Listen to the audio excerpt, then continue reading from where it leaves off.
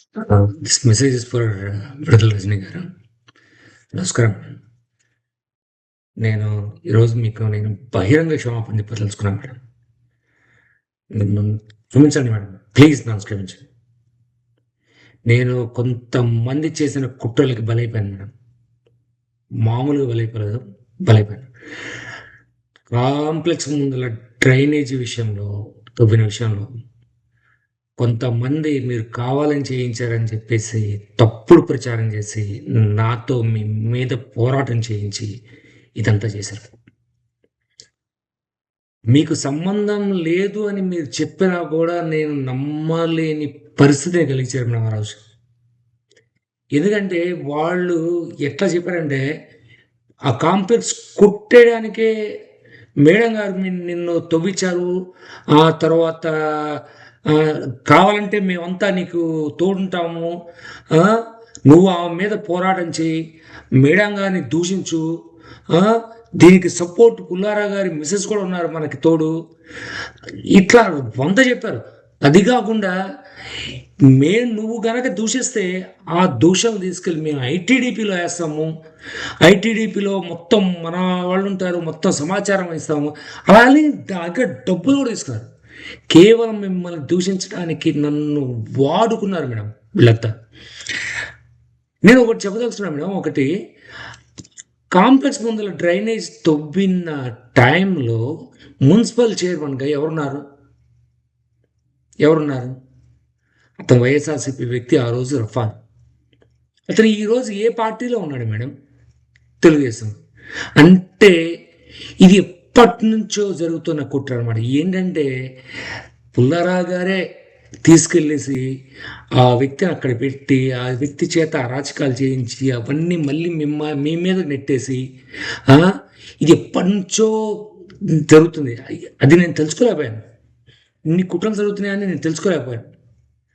So అది వాళ్ళు చేసిన కుట్రలకి నేను బలైపోయాను మేడం.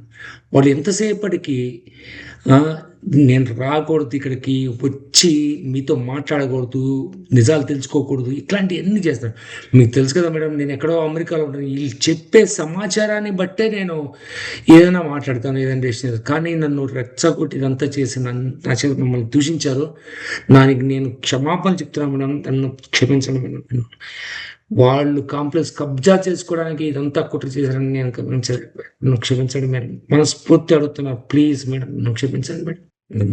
క్షమించండి మేడం. ప్లీజ్ నన్ను క్షమించండి. నేను కొంతమంది చేసిన కుట్రలకి బలైపోయాను మేడం. మామూలుగా బలైపోయాను.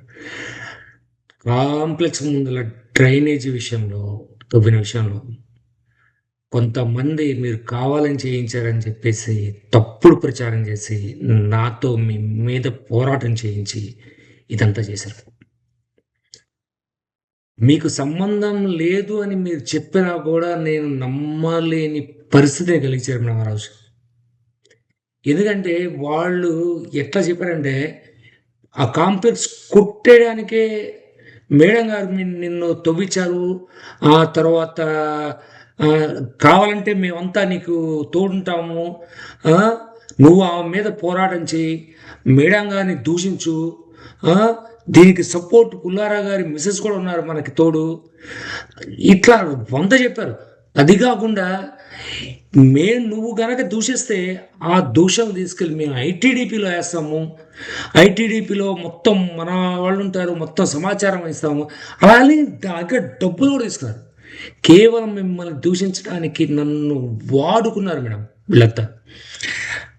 నేను ఒకటి చెప్పదలుచున్నాను మేడం. ఒకటి, కాంప్లెక్స్ ముందర డ్రైనేజ్ తవ్విన టైంలో మున్సిపల్ చైర్మన్గా ఎవరున్నారు?